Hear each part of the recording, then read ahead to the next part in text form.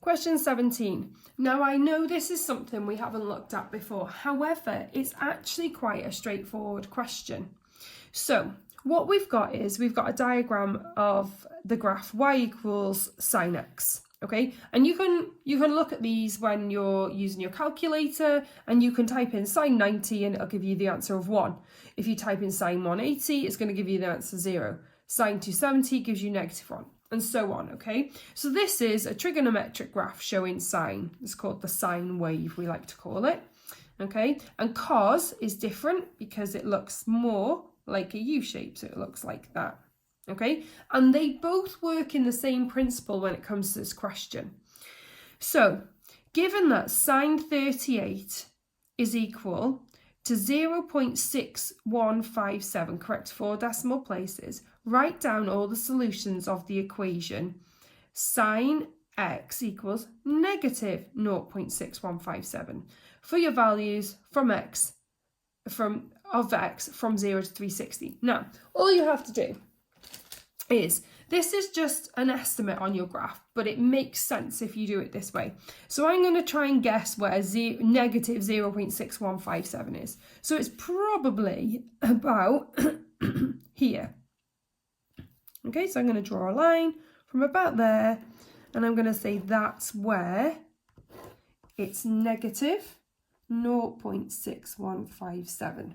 Okay, what I know is that normal 0.6157 is when it's sine 38. So if we put that up here, for example, so let's do it at the opposite side.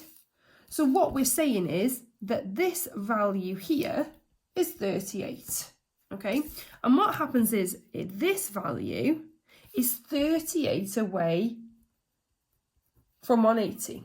Okay, so that's what the principle is. So from 0 it's 38, and from that way it's also 38 in. So if you're working at that one, you do 180 take away 38. It's the same principle on the other side. So if I draw up from where the line crosses the graph, which is there and there, okay, what I know is, so from 180, okay, it's 38 across here, okay? So my first value, which is here, is 180 plus 38, which is 200, sorry, and 18 degrees. So that's my first value of x. My second value of x is here.